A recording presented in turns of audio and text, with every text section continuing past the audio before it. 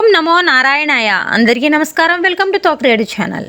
మన భారతీయ సాంప్రదాయంలో పెద్దవారి పాదాలను తాకడం అనేది గౌరవ సూచకంగా ఉన్న పురాతన పద్ధతి. పాదాలను తాకడం వెనుక ఎన్నో అద్భుత ప్రయోజనాలున్నాయి, అర్థవంతమైన సూచనలున్నాయి.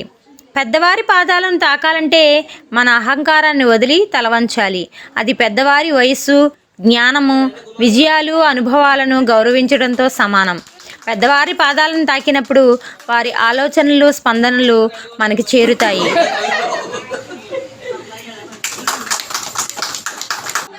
పాదాలను తాకేటప్పుడు నడుము వంచి కుడి చేతిని ఎడమ కాలిపై, ఎడమ చేతిని కుడి కాలిపై ఉంచాలి. ఆ క్రమంలో కుడి చెయ్యి పైకుండాలి. అప్పుడు వారి చేతులు మన తలపై ఉంచగానే వారి నుండి మనకు తరంగాలు చేరుతాయి. ఆ సమయంలో వారి శక్తి, జ్ఞానము మనకు బదిలీ అవుతాయి.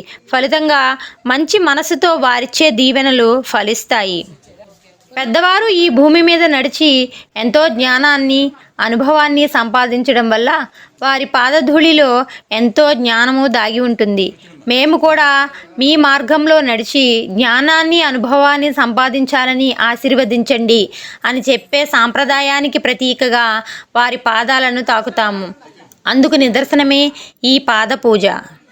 విశేషమైన పూజలు, వ్రతాలు, పుణ్యక్షేత్ర దర్శనాలు చేసుకున్న వారి పాదాలకు నమస్కరించడం వలన ఆ దర్శన ఫలితాలు మనకు కూడా దక్కుతాయని పెద్దలు చెబుతారు. అందువలన మనం సదా పెద్దలను పూజించుకుంటూ భావితరాలకు ఆదర్శంగా నిలబడదాం.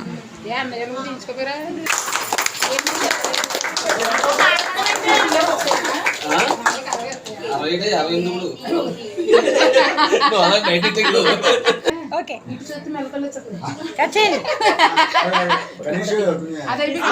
కూడా ఒకసారి చూడండి.